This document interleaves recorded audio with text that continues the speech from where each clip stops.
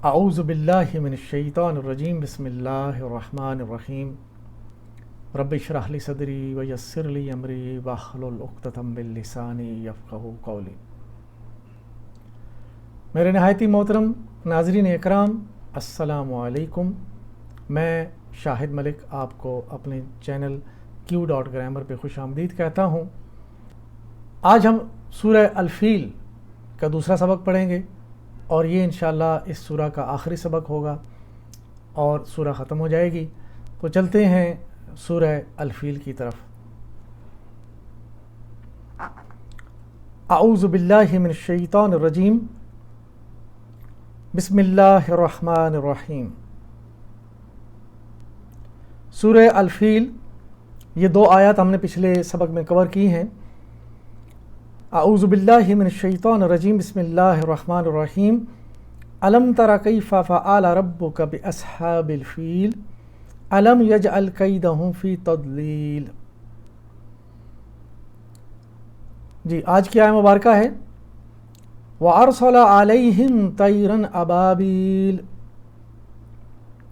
اور ان پر پرندوں کے جھنڈ پر جھنڈ بھیج دیے۔ ایک ایک لفظ کو دیکھیں گے۔ وَأَرْسَلَ عَلَيْهِمْ طَيْرًا أَبَابِيلَ، اور ارسلہ کا معنی ہے بھیجے۔ اس کو دیکھیں گے ہم، یہ واو عاطفہ ہے اس میں اور فعل فعل ہے۔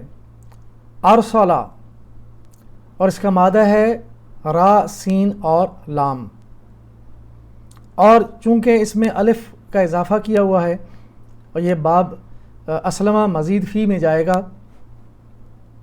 باب اسلمہ کے پیٹرن پہ ماضی کا پہلا صیغہ آئے گا ارسلہ، اسلمہ ارسلہ، اور مضارع فعل مضارع کا پہلا صیغہ بنے گا یرسلو، اسلمہ یسلم، ارسلہ یرسلو۔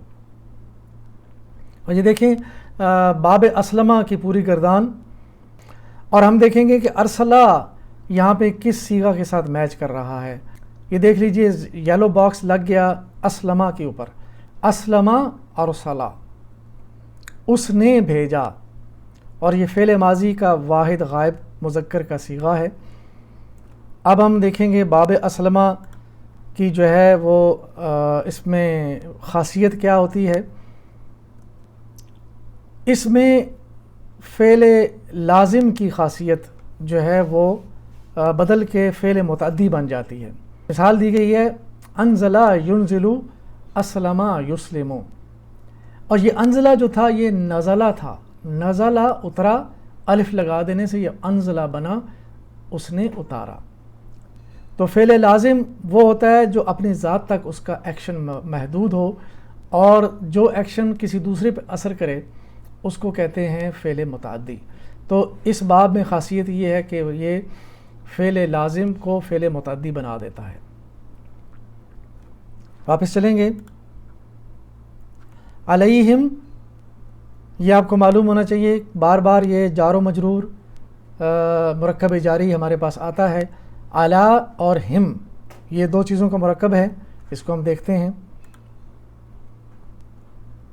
علیہم مرکب جاری، اور یہ متعلق ہے ارسلہ، فعل سے متعلق ہے، اور علیہم ان کے اوپر بھیجے، علیہم ان کے اوپر کیا ہوا؟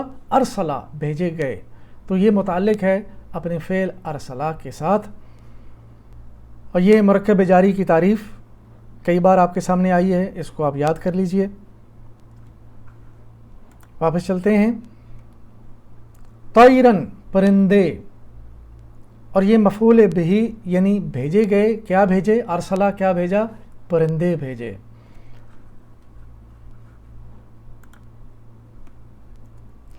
طیرن ابابیلا مرکب توصیفی ہے، وہ جو پرندے ہیں، طیرن جمع ہے پرندے، اور اس کی جو صفت ہے ان پرندوں کی وہ ابابیلا یعنی جھنڈ کے جھنڈ۔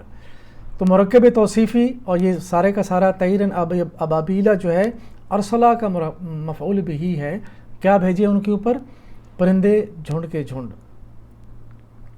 یہ مرکب توصیفی کی تعریف ہم نے اپنی گرامر کی کلاسز میں پڑھی ہوئی ہے۔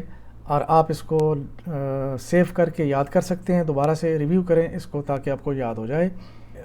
مختصراً یہ کہ مرکب توصیفی ایک اسم دوسرا اسم اس کی تعریف کر رہا ہوتا ہے، اس کی صفت بیان کر رہا ہوتا ہے۔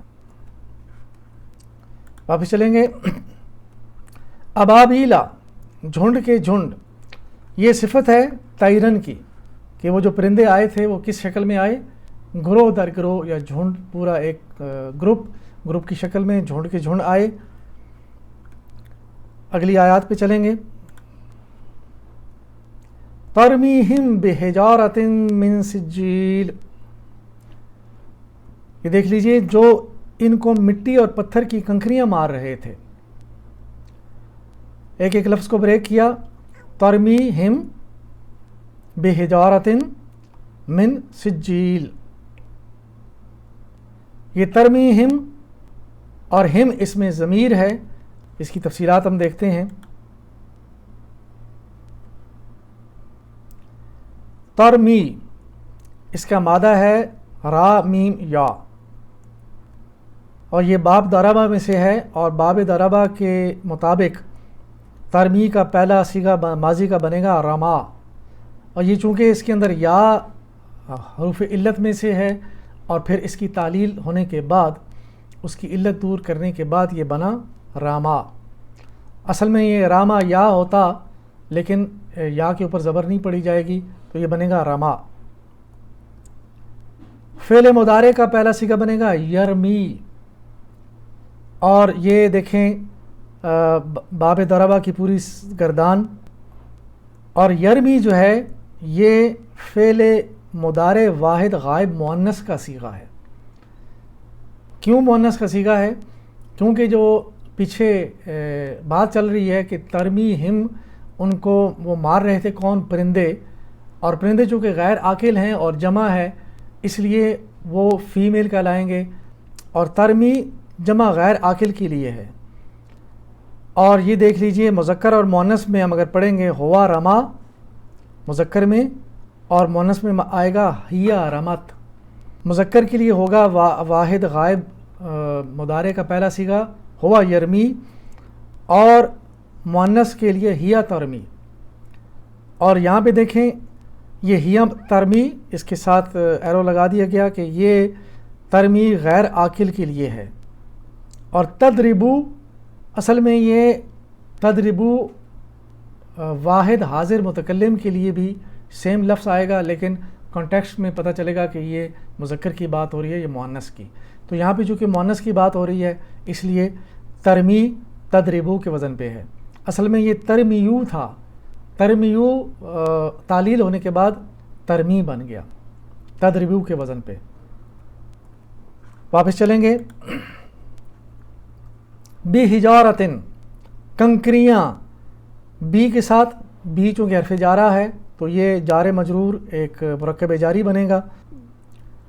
بحجارۃ من سجیل، یہ دو مرکبات ہیں اور دونوں مرکب جاری ہیں۔ بحجارۃ بی کے ساتھ حجارہ اور من کے ساتھ سجیل، مرکب جاری، اور ان دونوں کا تعلق جو ہے یہ ارسلہ کے ساتھ ہے۔ ارسلہ بھیجے، پرندے بھیجے، اور کس کے ساتھ بھیجے؟ وہ دے کر بھیجے گئے پتھر، کنکریاں، اور جو کنکریاں کون سی تھیں؟ مٹی سے پکی ہوئی پتھریاں۔ مرکب جاری، اور مرکب جاری کے ہم دیکھیں گے حروف جارہ کی لسٹ ہے یہ۔ بے حجارۃ میں یہ دیکھیں پوری لسٹ ہے، اور بی کے ساتھ یہ بسم اللہ بی حجارۃ۔ من سجیل میں دیکھیں یہ من حرف جارہ ہے، اور یہ دیکھیں سٹار لگا من السمائی، یہ من جب لگے گا تو آگے جو اسم آئے گا وہ مجرور ہو جائے گا، تو من سجیل بنا۔ حجارۃ اس کی جنس ہم دیکھیں گے مؤنث ہے کیونکہ تا مربوطہ لگی ہوئی ہے، عدد میں یہ جمع ہے، اور وسعت میں یہ نکرہ ہے، اور یہ اعرابی حالت اس کی مجرور ہے۔ حجر کی جمع حجار، اور جب یہ فیمیل بنے گی تو حجارتن۔ حجارتن چونکہ یہ مرکب جاری ہے اس لیے مجرور حالت میں آیا ہے۔ آگے دیکھیں سجیل، سجیلن ہے اصل میں، اور اس کی جنس ہے مذکر، عدد اس کا واحد ہے اور وسعت اس کی نکرہ ہے اور اعرابی حالت اس کی مجرور ہے، کیوں کہ من ساتھ لگا ہوا ہے حرف جارہ۔ واپس چلتے ہیں، من سجیل حرف جارہ ہم نے پڑھ لیا، اور سجیل یہ بھی پڑھ لیا۔ سنگ گل، یہ پتھر جو آگ میں پکائے گئے، اور آگ کون سی؟ نار اللہ۔ پچھلی صورت میں ہم نے پڑھا کہ اللہ کی آگ، تو اللہ کی آگ میں جو پتھر بنائے گئے ہوں گے پکا کے، تو وہ کیسے بم کی صورت میں ان کے اوپر لگے اور ان کو کھایا ہوا بھس کر دیا۔ اگلی آیات کی طرف چلیں گے، فَجَعَلَهُمْ كَعَصْفٍ مَأْكُولٍ، پس انہیں کھائے ہوئے بھوسے کی طرح کر دیا۔ فا اس میں حرف عاطفہ ہے، اور فَجَعَلَ اس میں فعل ہے۔ اس کو ہم دیکھیں گے، جعلہ کو، جعلہ اس کا مادہ ہے جیم عین اور لام، اور یہ باب فتح کے پیٹرن پہ ہے، اور باب فتح کے مطابق جعلہ کا جو پہلا صیغہ ماضی کا بنے گا جعلہ، اور مضارع کا پہلا صیغہ بنے گا یجعلو۔ اور یہ دیکھ لیجئے، باب فتح، فتح یفتح، جعلہ یجعلو، ماضی واحد غائب جعلہ، اور یہ دیکھیں یہ یلو باکس لگا فتح، فتح جعلہ، اور جعلہ جو ہے اس کا مطلب ہے اس نے بنایا۔ واپس چلیں گے ہم، کعصفن، بھوسا کی طرح، جیسا کہ بھوسا، اور یہ بھی جار و مجرور یعنی مرکب جاری ہے، اس کی تفصیل ہم دیکھیں گے۔ کعصفن مرکب جاری، اور یہ متعلق ہے جعلہ، یعنی فعل اس کے پیچھے جعلہ ہے، تو جعلہ کر دیا، بنا دیا، کیا بنا دیا؟ کعصفن، جیسا کہ بھوسا ہوتا ہے۔ مرکب جاری، اس کی تعریف آپ کے سامنے، اور پھر ہم دیکھیں گے حروف جارہ کی لسٹ میں یہ کس جگہ پہ فٹ بیٹھے گا۔ کعصفن، کا پلس عصفن، اور یہ دیکھیں لسٹ آ گئی جار مجرور حروف جارہ کی۔ قل جنتی، جیسا کہ جنت، جنت کی طرح، کعصفن جیسا کہ کر دیا اس کو بھوسا کی طرح۔ عصفن کا مطلب ہے بھوسا، یعنی کھایا ہوا جانور جب اپنی خوراک کھاتے ہیں اور کھانے کے بعد، چبانے کے بعد، وہ جو گرائنڈ شدہ بھوسا ہوتا ہے، اس کی مثال دی گئی ہے کہ اس کو اس بھوسا کی طرح کر دیا گیا جو کھایا ہوا ہے۔ تو عصفن کی جنس ہوگی مذکر، عدد اس میں آئے گا واحد، اور وسعت میں یہ نکرہ ہے، اور اعرابی حالت میں یہ مجرور ہے حرف جارہ کی وجہ سے۔ مأکول، کھائے ہوئے، اور یہ صفت مجرورہ ہے، صفت مجرورہ ہے مأکول، کھایا ہوا۔ اس کو ہم دیکھیں گے، عصف مأکول، یہ مرکب توصیفی، یعنی وہ جو بھوسا ہے اس کی جو صفت بیان کی گئی ہے وہ کیا ہے؟ مأکول، اور یہ مفعول بہی ہے جعلہ، یعنی بنا دیا کیسا؟ جیسا کہ کھایا ہوا بھس۔ مأکول اس میں مفعول بھی ہے، کیوں کہ جو چیز کھائی گئی، جس کے اوپر ایکشن ہوا، وہ مفعول بنا، اور کس کا مفعول بنا؟ جعلہ کا۔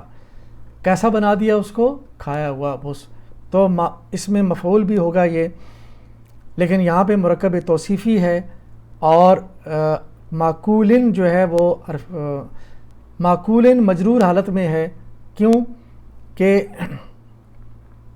اس کے پیچھے کا حرف جارہ لگا ہوا ہے۔ عصفن مأکولن، کیونکہ عصفن حالت جر میں ہے تو مأکولن اس کی صفت ہوئی، تو صفت بھی جو ہے اپنے موصوف کی طرح اعرابی حالت میں ہوگی، تو یہ حالت جر میں ہوگی۔ جی، تو اس طرح دیکھ لیجئے ہماری آیات ختم ہوتی ہیں، اور ہم آخر میں اللہ سے دعا کرتے ہیں کہ اے اللہ ہمیں قرآن سے ہدایت لینے کی توفیق عطا فرما، اور آخر میں جو ہمارا نعرہ ہے اور اللہ کے حضور جو ہمارا دعویٰ ہے وہ ہے، میری زندگی کا مقصد تیرے دین کی سرفرازی، میں اسی لیے مسلمان، میں اسی لیے نمازی۔ ہم اللہ سے یہ دعا کرتے ہیں کہ اے اللہ تو نے ہمیں مسلمان بنایا، یہ تیرا لاکھ لاکھ شکر ہے، اور پھر تو نے ہمیں نمازی بنایا، اس کے بعد اور بھی بڑا اللہ کا احسان ہے ہم پہ کہ ہمیں مسلمان بنا کے ایمان دیا اور نمازی بنایا۔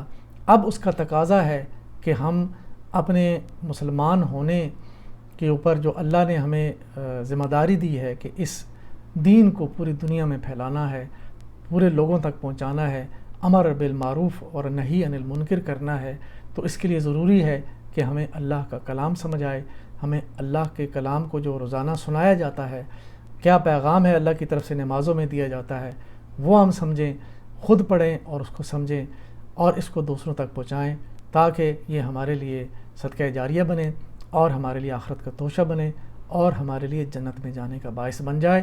وآخر دعوانا ان الحمد للہ رب العالمین والصلاۃ والسلام علی رسولہ الکریم۔ جزاکم اللہ خیراً۔